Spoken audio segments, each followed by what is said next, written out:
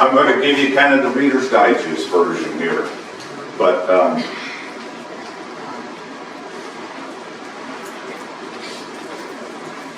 I like to use songs, no matter what I do, sermons or whatever.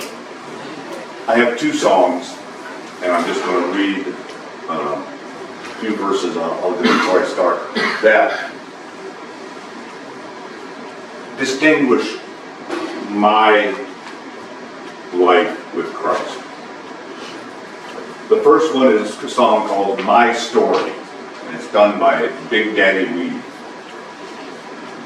It says, if I told you my story, you would hear hope that wouldn't let go.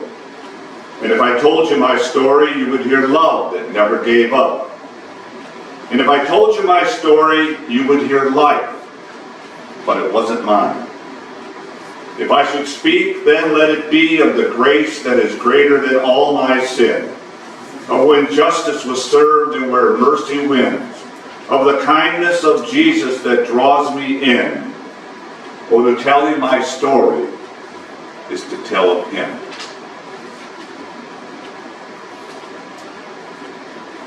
There is hope for me yet, because God won't forget all the plans He's made for me. I'll have to wait and see. He's not finished with me yet. I accepted Christ when I was 15 years old, 1960.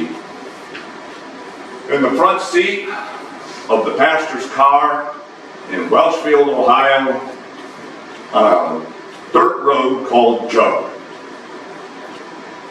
I said the prayer of salvation. I'm not sure I did a very good job. That was when I was 15. Approximately 3 years later, I joined the Navy. Poof! There goes Christianity. Now, I will say, I never used the Lord's name in vain. But the F-bomb was nothing but an adjective. Used it all the time. It took me another 45 years before I learned really what being a child of God was. And still not doing a real good job of it, but I'm trying. And He's not finished with me yet. I've had some interesting problems, you might say. And they're not really in chronological order, so where God really worked in my life. I was sled riding one time. Went down, sled in front of me hit a bump, I hit the bump. The rail on the sled in front of me hit right here. 4 inches maybe. I had a bruise for a long time through a leather jacket and everything else. But it didn't get here. I'm still alive, and He ain't done with me yet.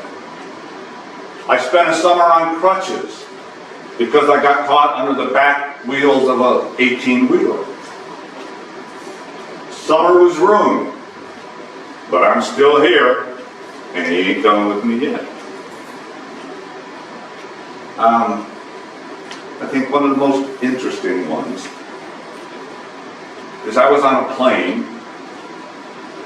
I was sitting at the terminal, and I just knew that if that plane took off, we were all going to die. And to find out that Pat, who was watching through the window when you could get down there at that time, she had exactly the same thought. That if that plane took off, I was dead. That plane didn't take off. I'm still here, and He ain't done with me yet. Another airplane flying to Kinshasa in the Democratic Republic of the Congo. We had to stop off at Bangui, Central African Republic. Sitting there fat, dumb, and happy, and over the speaker comes, "Well, Mr. David Buckley, please come to the front of the plane." Yeah, you, Dave Buckley, to the front of the plane. I got up there and the stewardess looks at me and she says, you have to get off. I said, what? She said, you have to get off the plane. This is the middle of the night. I got what I could, I got off the plane. I cannot tell you why I had to get off the plane, but I had to get off the plane. And I didn't find out until several days later. I am in a foreign country, in the middle of the night, don't speak the language, don't have a visa, and there's nobody around but people with guns.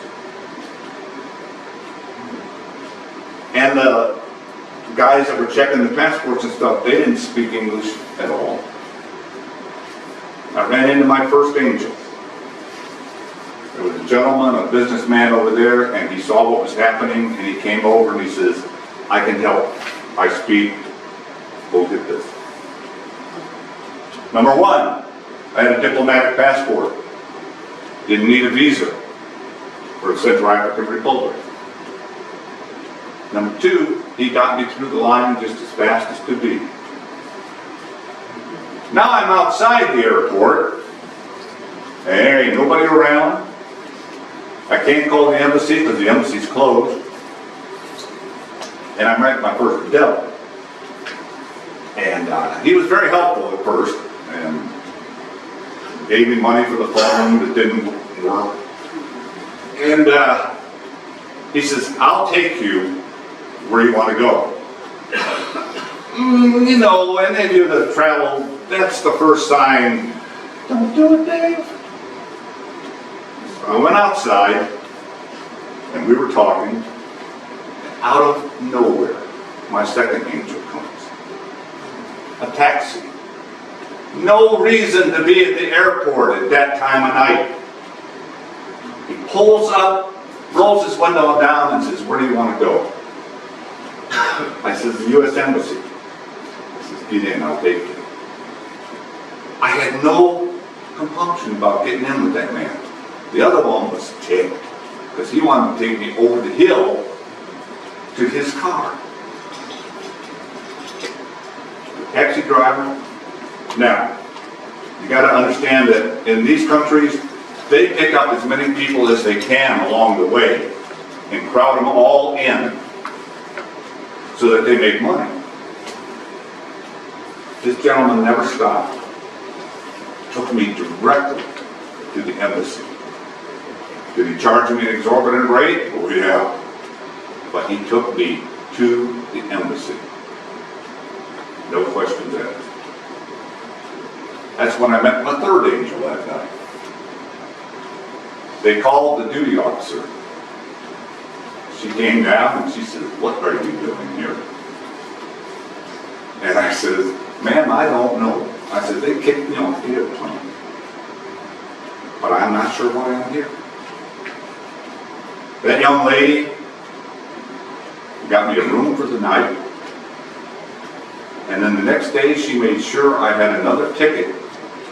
I had to fly all the way back up to Europe and then all the way back down to Kinshasa. But she got me everything I needed. I had 3 angels. And if you think it was just coincidence, God was with me that night.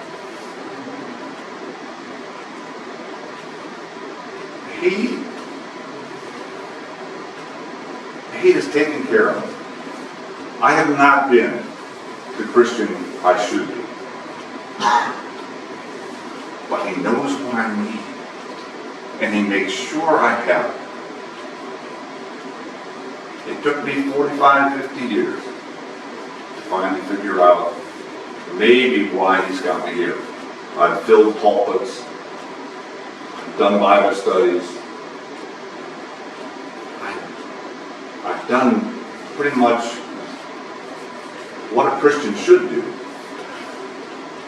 But it's still scary. You know what I mean? It's scary. Through all this, all I can think of is that He's not done with me yet.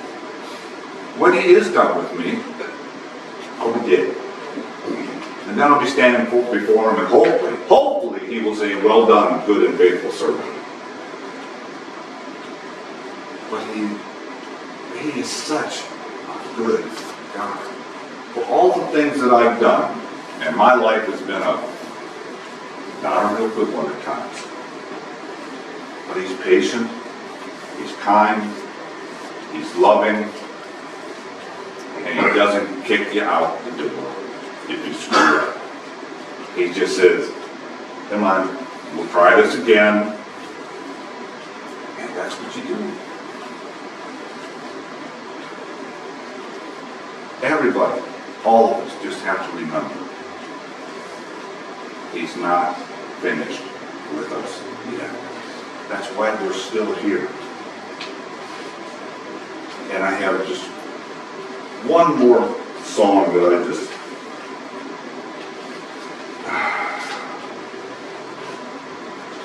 I'm just a nobody trying to tell everybody about somebody who will save anybody. That's my story. I'm sticking to it. This is my story, this is my song, praising my Savior all the day long. This is my story, this is my song,